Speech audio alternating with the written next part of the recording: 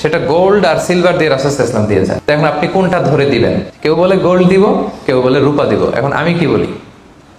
আমি আপনাদেরকে সাজেস্ট করবো আপনারা রূপারটা ধরবেন, অল্প আসুক না। ধরেন আপনার 1000 টাকা জাকাত আসছে, তো আপনি যদি 1000 টাকা জাকাত দেন, এটা আপনার হৃদয়ে একটা প্রশান্তির কারণ হবে না যে আমি সম্মানিত জাকাত দাতা আলহামদুলিল্লাহ। এবং এত বড় একটা ফরজ ইবাদতের লিস্টে যে আপনি ঢুকতে পারছেন, এটাও তো কম কিসে, কি বলেন? জাকাত ফরজ হওয়ার শর্ত আছে, এই শর্তগুলো আমরা শুনব। 5টা শর্ত।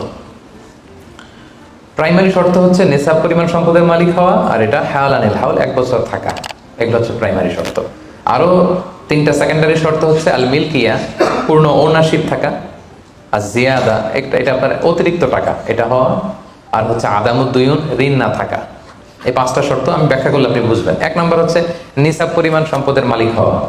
আপনি সামান্য কিছু সম্পদের মালিক হইলে এখান থেকে জাকাত দিতে হবে, শরীয়ত কিন্তু এটা বলে নাই। সুবহানাল্লাহ। আপনি জাকাতের নিয়ম শুনলে দেখবেন যে ইসলাম কতটা ব্যালেন্সড।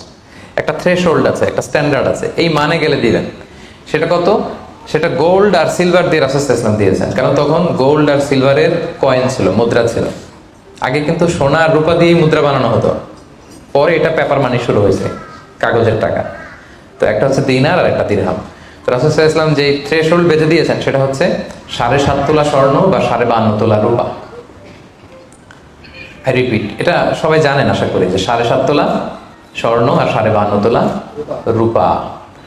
আধুনিক সময়ে গ্রাম দিয়ে দোকানদাররা হিসাব করে, তো গ্রাম দিয়ে যদি আপনি বুঝেন তাহলে 85 গ্রাম স্বর্ণ অথবা 595 গ্রাম রূপা, এটা হচ্ছে থ্রেশহোল্ড নিসাব, অথবা এর সমপরিমাণ অর্থ, ক্যাশ টাকা যদি আপনার কাছে থাকে, তাহলে আপনি নিসাবের মালিক হয়েছেন। যেদিন আপনি এই নিসাবের মালিক হবেন, ওই দিনটা আপনি ডায়েরিতে টুকে রাখবেন। কারণ এটা যদি 1 বছর আপনার কাছে এরকম থাকে, 1 বছর পরে যে আপনি জাকাত দিবেন, কিভাবে দিবেন আমি সামনে বলবো। তো এই নেশাব নিয়ে একটা প্রবলেম আছে। প্রবলেমটা হচ্ছে 7.5 তোলা স্বর্ণ আর 52.5 তোলা রূপার দাম কিন্তু এক না। 52.5 তোলা রূপার দাম খুব কম, আর 7.5 তোলা স্বর্ণের দাম অনেক বেশি। এটা হইলো একটাই কম আর একটাই বেশি। ঘটনা হচ্ছে রাসূল সাল্লাল্লাহু আলাইহি ওয়াসাল্লাম যখন এই থ্রেশহোল্ডটা বেঁধে দিয়েছিলেন নিসাবটা, তখন দুইটার মান সমান ছিল।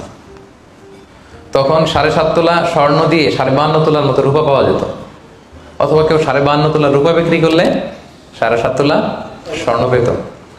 কিন্তু পরে সিলভার ফল করতে শুরু করলো, ফল করতে করতে আজকে এই অবস্থা। গোল্ড আবার খুব একটা ফল করে নাই, ফলে গোল্ডের স্টেবিলিটিটা এখনো রয়ে গিয়েছে।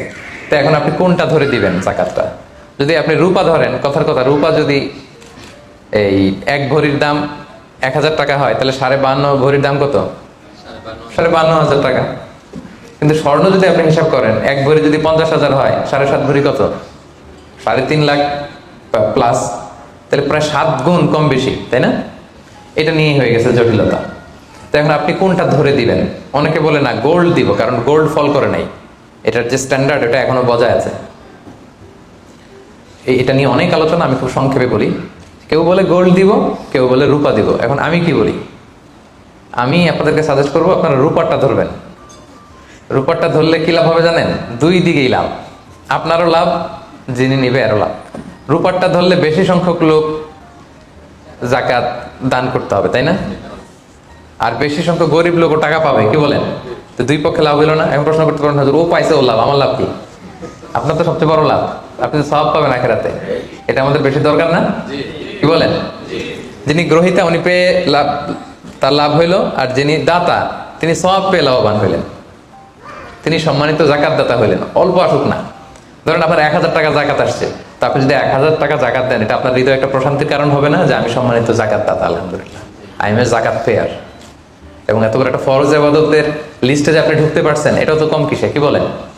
এজন্য স্বর্ণেরটা না ধরে রূপারটা ধরবেন। আপনাদের যে টাকা পয়সা, আপনাদের তো হীরা দিয়ে করা দরকার আপনাদের নেশা। এনিওয়ে, তো এজন্য আপনারা রূপারটা ধরবেন, তাহলে লোকজন উপকৃত হবে বেশি, সম্মানিত ভাই বোন বোনেরা। তাহলে 5টা শর্তের প্রথমটা তো বুঝে গেছেন, নিসাব, কি বলেন? নিসাব বুঝে গেছেন না? 2 নম্বর শর্ত হচ্ছে শুধু এই নেশা পরিমাণ সম্পদের মালিক হইলেই হবে না ভাইয়েরা, এটাকে হালানিল হাউল বলে, মানে 1 বছর আপনার কাছে থাকতে হবে। দেখেন ইসলাম কতটা ভারসাম্যপূর্ণ। কিছু টাকা আপনার কাছে থাকলে এই জাকাত দাও না, এটা 1 বছর থাকতে হবে। যদি দেখা যায় যে আপনার সব খরচ শেষে 1 বছর এই টাকাটা আপনার কাছে অলস পড়ে আছে, তাহলে বোঝা গেল যে আপনি সম্পদশালী এবং আপনার অর্থের একটা স্টেবিলিটি আছে, কি বলেন?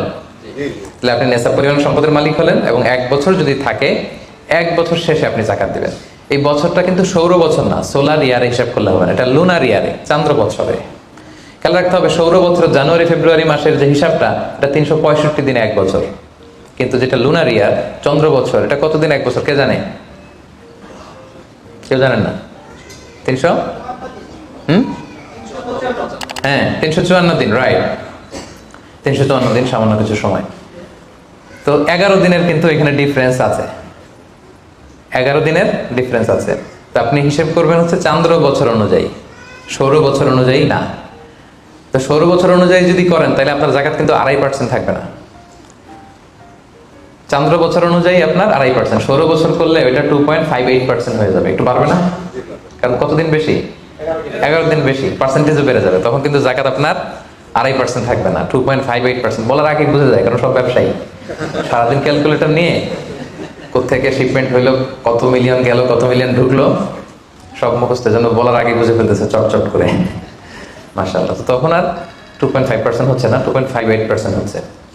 তাহলে সম্মানিত ভাইরা, আপনি ধরেন, উদাহরণস্বরূপ ধরেন যে আপনি গত রমজানের 20 তারিখে সর্বপ্রথম নিসাব পরিমাণ সম্পদের মালিক হয়েছিলেন। তো তারপরে আপনি খেয়াল করবেন যে দেখি সারা বছর এই পরিমাণ অতিরিক্ত অলস টাকা আমার কাছে পড়ে থাকে কিনা। থাকতে থাকতে থাকতে থাকতে এই রমজানের 20 পর্যন্ত দেখেন যায় টাকা ওইটা তো আছে, আরো হয়েছে টাকা। তো তার মানে আপনি এখন জাকাত দিবেন, যেহেতু নিসাবের মালিকও হয়েছেন, আবার পূর্ণ একটা চন্দ্র বছরও আপনার অতিক্রম করেছে, স্থায়ী হয়েছে, তখন আপনি জাকাত হিসাব করবেন। তাহলে 2টা শর্ত বুঝলেন না? 3 নাম্বার হচ্ছে ওনারশিপ। আপনার মালিকানা থাকতে হবে, যে সম্পদটা আছে খালি আপনার কাছে টাকা থাকলেই হবে না, এটা কমপ্লিট, আরবিতে তাসাররুফ বলে, কমপ্লিট ওনারশিপ আপনার থাকতে হবে। এখন একজনের আমানতের টাকা আপনার আছে, ওটা আপনি জাকাত দিতে পারবেন? একজন 5 লাখ টাকা আমানত রাখছে, আপনি এটা জাকাত দেওয়া শুরু করছেন, হবে? সেটা তো উনি জাকাত দিবে, এটা তো আপনার আমানতের টাকা, এই টাকা তো আপনার বুঝাই দিতে হবে। তো আমানতের টাকা কিন্তু কমপ্লিট ওনারশিপ আমার থাকে না, এটার হিসাব আমি করবো না, তো এটা বুঝে গেলেন।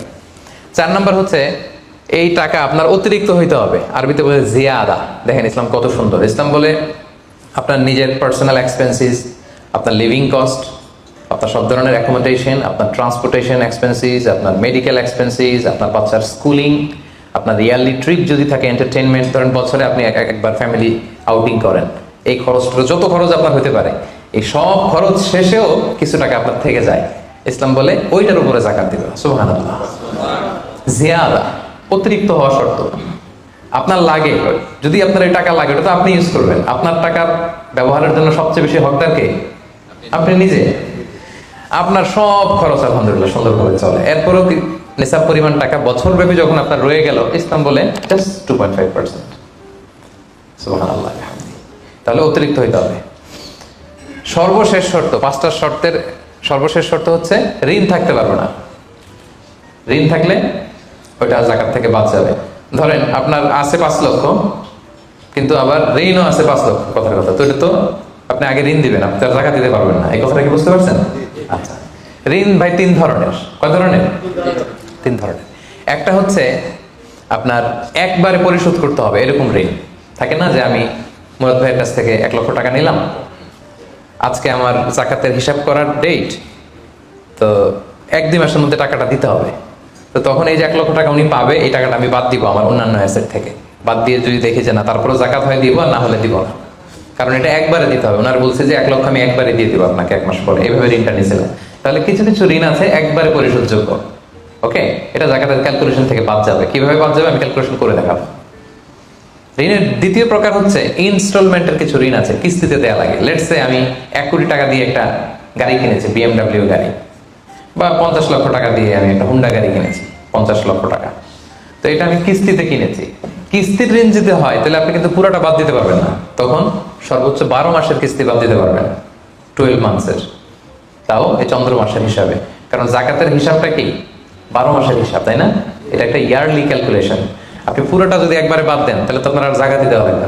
কি বলেন? বাংলাদেশে অনেক বড় বড় সিআইপি ব্যবসায়ী আছে, ওনারা হাজার হাজার কোটি টাকা ব্যাংক থেকে ব্যবসায়ের কারণে ঋণ নেন, এবং ওনাদের ঋণ খেলাপি হয়। তো ওনারা যদি বলে হুজুর আমার তো ঋণ আছে, তো উনি আর জাকাত দিবে কি? ওনারই তো আমার জাকাত দেওয়া লাগবে এখন। কি বলেন? এরকম বড় বড় সিআইপিরা যদি ঋণের দোহাই দেয়, উনি আর জাকাত দিবে কি? উনি তো ঋণী, উনারই কিছু জাকাত আমাদের দেওয়া লাগবে, কারণ আমরা জাকাতের 8টা খাতের মধ্যে একটা পড়েছি, বল গরিমিনা, কি বলেন? ঋণগ্রস্ত ব্যক্তিকে জাকাতের টাকা দিয়ে হেল্প করা যায়, তো উনি আর দিবে কি? ওনারে দিই আমরা। ওই ঋণ বাদ দেওয়া যাবে না। ইনস্টলমেন্টের ঋণ হইলে 12 মাসের, আর ওইরকম ঋণ খেলাপি 1000 কোটি টাকা, এগুলো বাদ দেওয়া যাবে না।